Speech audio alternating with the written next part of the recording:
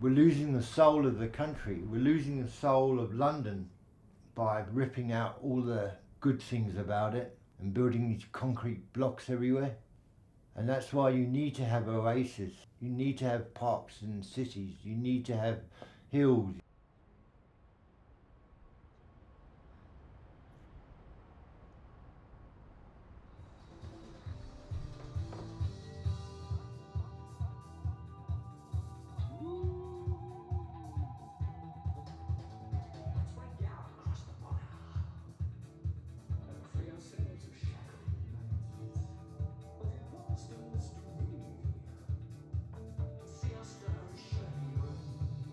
Hopton's remains what it is, an almshouse, sheltered accommodation for people who have lived and worked in this area for some time.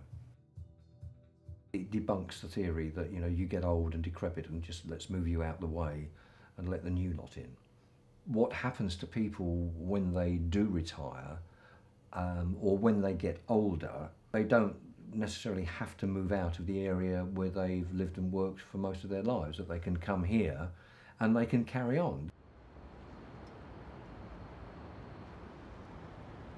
There's corners here where the gardeners left loads of deadwood and it's rotting away, and if you go into amongst the deadwood you can see all the life, all the wood breaking down and the beetles taking over, and you just see life carrying on. And there's nowhere else in this area for the wildlife to go. They need havens like this. And also these little guys are throwing seed around left, right and centre. That's got to be good for the garden. It's an oasis because I can walk out my door every morning and be confronted by beauty. You know, I used to wake up in the morning and reach for a beer. Is my initial. Now I wake up in the morning and I'm outside. I want to see what are the birds eating this morning, what's the weather doing. You know, this is a haven. You can't get better than this in central London, man. And what a place to explore from, you know, to branch out.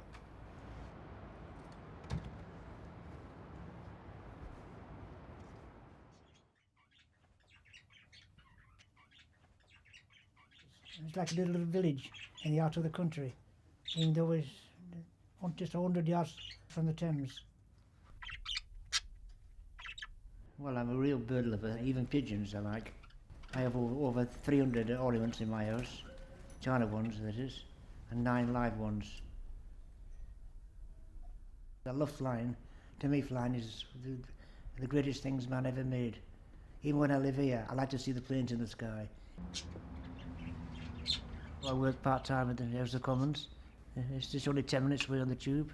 We're not too far from anywhere.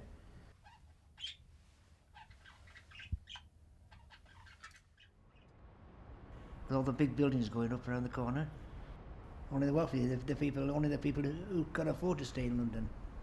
It'd be a shame, really. This is very, very unique for central London. Very unique indeed. This is my favourite bird to see. All the neighbours are very great here, very good. We all get on well with each other, help each other. All right, don't worry. I'm very fortunate to be here. This place is like just as good as winning the lottery.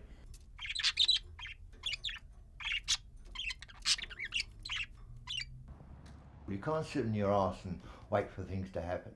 Doesn't work like that. The only way, after 23 years of going to AA and to all the organisations that are supposed to be helping you, I decided that I'm going to do it differently this time. I'm going to get sober and stay sober.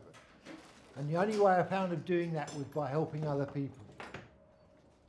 I've helped 350 homeless people, and they've all had free bikes off me. Out of that 350, I've sent 45 guys on to do City and Guilds training, so they're not on the streets anymore. It's seeing the gift of a smile on somebody's face when they get a bicycle that they've built up. They're not expected to pay for it. They've been given the freedom of the city because we've given them a bicycle to ride round for interviews, for job interviews, to go and ride when things get too much in your head.